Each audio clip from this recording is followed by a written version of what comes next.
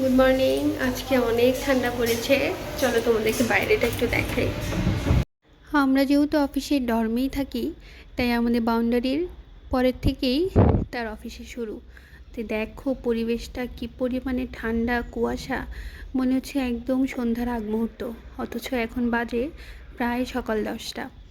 প্রচণ্ড ঠান্ডা পড়েছে কদিন হলো। ঘুম থেকে উঠে দেখি পালমশাই রান্নাঘরে, মনে হয় আমাদের সবার জন্য নাস্তা বানাচ্ছে। যেহেতু আমি তো অসুস্থ, শ্বাসকষ্ট, তো সে আমাকে সকালে উঠতে দেয় না। তো চলো দেখি সে কে করে। পালমশাই কি করো?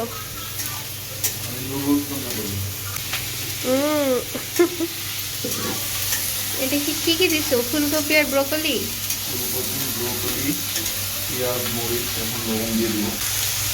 ভালোই লাগছে ফুলকপি।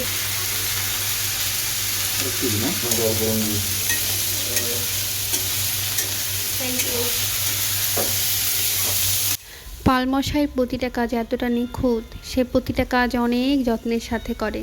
যে তোমরা সবাই দেখো আমার জামাই কত সুন্দর করে ডিম নেড়ে দিচ্ছে নুডলসের মধ্যে।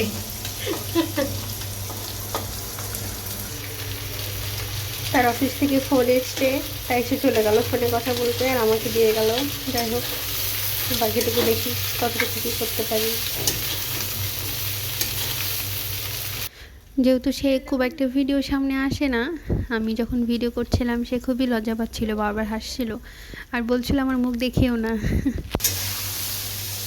সালাম করি। এই যে সে সকালে ঘুম থেকে উঠে খেলতে শুরু করে দিচ্ছে, তাকাও একটু দেখি। জয়, এই যে টুকি,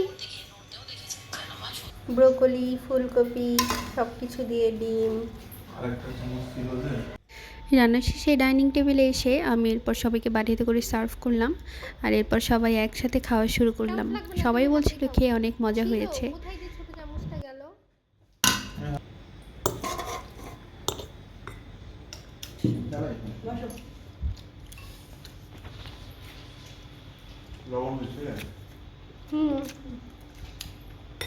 মজা হয়েছে,